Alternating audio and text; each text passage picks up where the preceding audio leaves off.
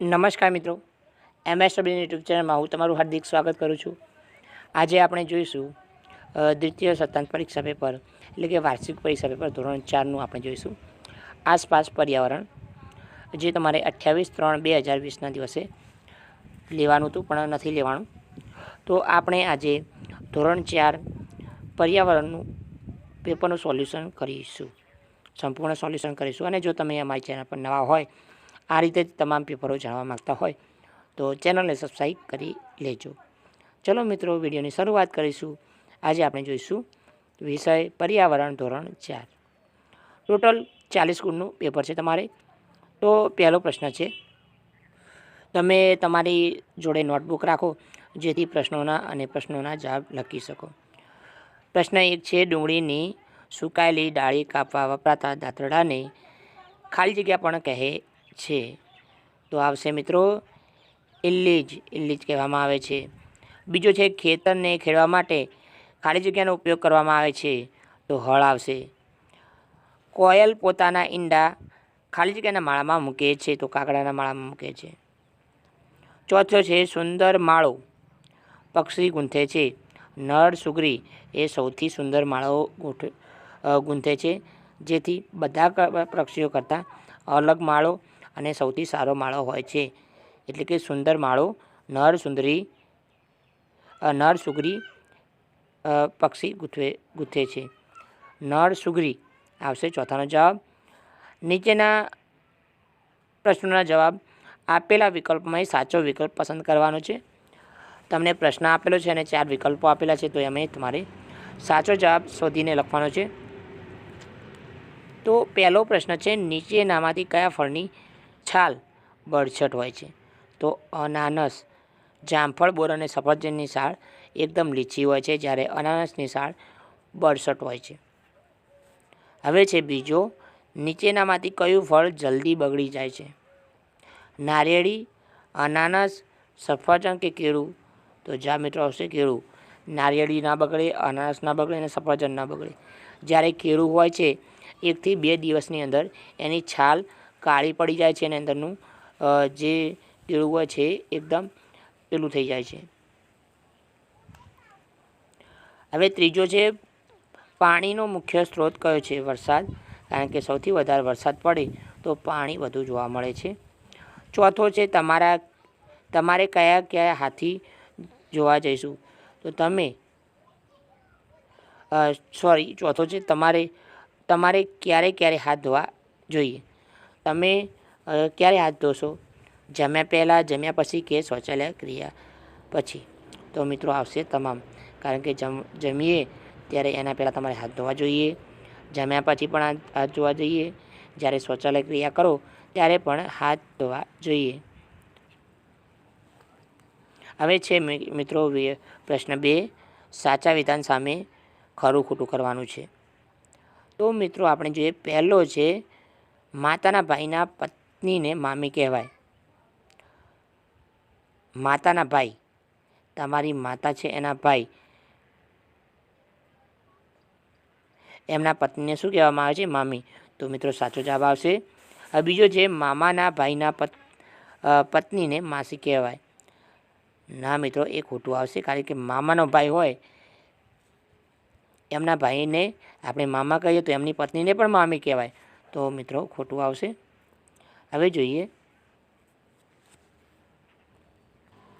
હવે મિત્રો છે ત્રીજું ખરું ખોટું, મધ્યાહન ભોજનમાં દરેક બાળકને જમવાનો હક છે। સાચું મિત્રો, કારણ કે મધ્યાહન સ્કૂલમાં તમને ખાવાનું આપે ત્યારે બધા જ બાળકોને એક સરખો હક હોય છે। ચોથું છે, ઉત્તરાયણના દિવસે લોકો દાળ ઢોકળી બનાવે છે। ખોટું, ઉત્તરાયણના દિવસે લોકો શું બનાવે છે એ તમને ખબર છે? જ્યારે તમે પતંગ ચડાવવા જાઓ ત્યારે તમને સૌથી પહેલાં સુખડી આપે છે, એ રીતે જ તમને અલગ અલગ ખાવાનું બનાવી આપે છે, દાળ ઢોકળી નથી બનાવતા। પ્રશ્ન 2 છે, નીચેના જોડકા જોડો। ભારતમાં શું વપરાય છે? રૂપિયો, રણ પ્રદેશનું વૃક્ષ ખજૂરી, અબુધાબી તો દિરહામ, અને ગરમીની અંદર સુતરાઉ કાપડના કપડાં પહેરવામાં આવે છે। હવે મિત્રો પ્રશ્ન 3 છે, નીચેના પદાર્થોનું પાણીમાં ઓગળે તેવા પદાર્થોમાં તથા પાણીમાં ન ઓગળે તેવા પદાર્થોનું વર્ગીકરણ કરવાનું છે. પાણીમાં આમાંથી કયા પદાર્થો ઓગળશે? તો એ જોઈએ. પાણીની અંદર ખાંડ, મીઠું, ગોળ અને ખાવાના સોડા તમે નાખો તો એ તમામ ઓગળી જશે. જ્યારે પાણીમાં ન ઓગળે તેવા છે દાળ, મેથી, ચોખા અને રેતી. આ પાણીમાં નહીં ઓગળે. પ્રશ્ન 4 છે, એક વાક્યમાં જવાબ આપવાના છે. લંગર કોને કહેવામાં આવે છે? તો લંગર એને કહેવામાં આવે છે ગુરુદ્વારામાં સાથે રસોઈ કરવી અને જમવું, તેને લંગર કહેવામાં આવે છે. હવે જોઈએ બીજો પ્રશ્ન. તમે કયા પ્રસંગોમાં સમૂહમાં જમો છો? તો લગ્ન પ્રસંગો, ધાર્મિક તહેવારો અને અન્ય મેળાવડા સમયે સમૂહમાં જમો છો. અન્ય મેળાવડા સમય એટલે કે જ્યારે ઘરમાં મહેમાન આવે ત્યારે તમે સમૂહમાં જમો છો. હવે પ્રશ્ન 3 છે, કઢા પ્રસાદ બનાવવા માટે કઈ કઈ વસ્તુઓ ઉપયોગ કરવામાં આવે છે? તો કઢા પ્રસાદ બનાવવા માટે ઘી, ઘઉંનો લોટ અને ખાંડનો ઉપયોગ કરવામાં આવે છે. ચોથો છે, જમતા પહેલાં હાથ ન ધોવામાં આવે તો શું થાય? તો જમતા પહેલાં હાથ ન ધોવામાં આવે તો મેલ અને હાથ પર કીટાણુ પેટમાં જાય છે. જે કે હાથની ઉપર મેલ હોય છે અને હાથ ન ધોઈએ તો એની ઉપર કીટાણુ પર ચોંટેલા હોય છે. તો હાથ ન ધોઈએ તો ખાતી વખતે બધા જ કીટાણુ આપણા શરીરમાં જાય છે, એટલે કે આપણા પેટમાં જાય છે.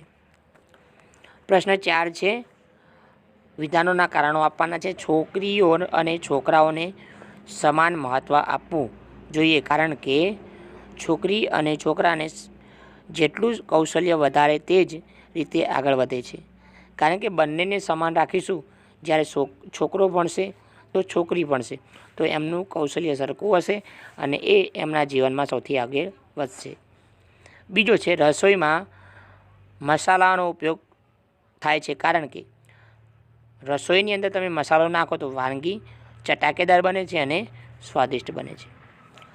ત્રીજો છે, શાકભાજી અને ફળો હંમેશા ધોઈને ખાવા જોઈએ, કારણ કે ધૂળ અને દવાઓ અને કીટાણુઓ હોય એના કારણે તમારે ધોઈને ખાવા જોઈએ. પ્રશ્ન 5 છે, નીચેના પ્રશ્નોના જવાબ 3-4 વાક્યોમાં લખો. તો પહેલો પ્રશ્ન છે, તમારા જિલ્લામાં ભરાતા કોઈ એક મેળા વિશે 4-5 વાક્ય લખવાના છે. કે મારા જિલ્લામાં શ્રાવણ મહિનામાં મેળો ભરાય છે. મેળો ભરાય ત્યારે મેળામાં બધા જ વ્યક્તિઓ ભેગા થાય છે, એટલે કે ઘણા બધા વ્યક્તિઓનો સમૂહ થાય છે. ત્યાં મોતનો કૂવો હોય છે, ચકડોળ હોય છે, હિંચકા હોય છે, રાઈડ હોય છે, એવી રમતો હોય છે. રમકડા, કટલરી અને અલગ અલગ રમકડાઓ ત્યાં જોવા મળે છે. અલગ અલગ નાસ્તાઓની દુકાનો પણ હોય છે. હવે પ્રશ્ન 2 છે, તમારા જિલ્લામાં આવેલા પ્રસિદ્ધ ધાર્મિક સ્થળ વિશે 4-5 વાક્યો લખવાના છે. કે તમારા ગામમાં કયું મંદિર આવેલું છે? તો તમારે મંદિરનું નામ લખવાનું છે. સવાર સાંજ ત્યાં આરતી થાય છે. શ્રાવણ માસમાં મેળો ભરાય છે અને શ્રાવણ માસમાં શ્રદ્ધાળુઓ જોવા મળે છે. હવે જોઈએ ત્રીજો, હળદરના ઘરગથ્થુનો ઉપયોગ, એટલે કે હળદર તમે ઘર વપરાશમાં શેમાં ઉપયોગ કરશો? તો હળદરનો રંગ પીળો હોય છે. દરેક શાકભાજીમાં વપરાય છે. ખાંસી ઉધરસમાં તેનો ઉપયોગ થાય છે અને દૂધમાં નાખીને પીવામાં આવે છે. હવે પ્રશ્ન 5 છે, પટોળા વિશે નોંધ લખવાની છે, એ તમારે જાતે લખવાની રહેશે. બસ મિત્રો, આ વિડીયોમાં મિત્રો આટલું જ. જય હિન્દ, જય ભારત.